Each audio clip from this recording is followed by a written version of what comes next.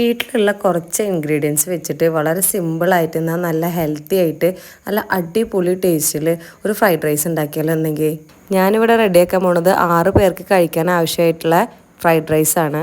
4 കോഴിമുട്ട ചിക്കി എടുക്കുക. ഉപ്പും കുരുമുളക് പൊടിയും ചേർത്ത് പൊരിച്ചെടുത്തിട്ടുള്ള chicken, 250 gram carrot, 250 gram beans, ഒരു പകുതി ക്യാപ്സിക്കം, ഒരു ഉള്ളി എല്ലാം കൂടെ നന്നായിട്ട് ചോപ്പ് ചെയ്തെടുക്കുക. ഒരു പാൻ വെച്ച് ചൂടാക്കി അതിലേക്ക് ചോപ്പ് ചെയ്ത് വെച്ചിട്ടുള്ള വെളുത്തുള്ളിയും ഇഞ്ചിയും കൂടെ ചേർത്ത് നന്നായിട്ടൊന്ന് മൊരിച്ചെടുക്കുക. അതിലേക്ക് സവോള, ക്യാപ്സിക്കം, ക്യാരറ്റ്, ബീൻസ് എല്ലാം കൂടെ ചേർത്ത് ആവശ്യത്തിനുള്ള ഉപ്പും കൂടെ ചേർത്ത് നന്നായിട്ടൊന്ന് മിക്സ് ചെയ്തെടുക്കുക. അതിലേക്ക് നേരത്തെ പൊരിച്ച് വെച്ചിട്ടുള്ള ചിക്കനും ചിക്കി വെച്ചിട്ടുള്ള കോഴിമുട്ടയും കൂടെ ചേർത്ത് എല്ലാം കൂടെ നന്നായിട്ടൊന്ന് മിക്സ് ചെയ്തെടുക്കുക.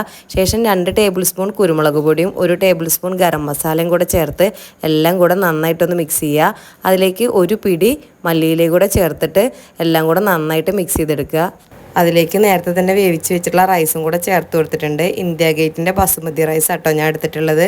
റൈസ് വേവിക്കുമ്പോൾ ആവശ്യത്തിനുള്ള ഉപ്പ്, 2 ടേബിൾ സ്പൂൺ ചെറുനാരങ്ങ നീര്, 4 കരയാമ്പൂ, ചെറിയൊരു പീസ് പട്ട, 4 ഏലക്ക എല്ലാം കൂടെ ചേർത്തിട്ടാണ് ഞാൻ റൈസ് വേവിച്ചെടുത്തിട്ടുള്ളത്. റൈസിന് പ്രത്യേക ഒരു ഫ്ലേവർ വരാൻ വേണ്ടിയിട്ടാണ് കേട്ടോ ഇങ്ങനെ ചെയ്തിട്ടുള്ളത്.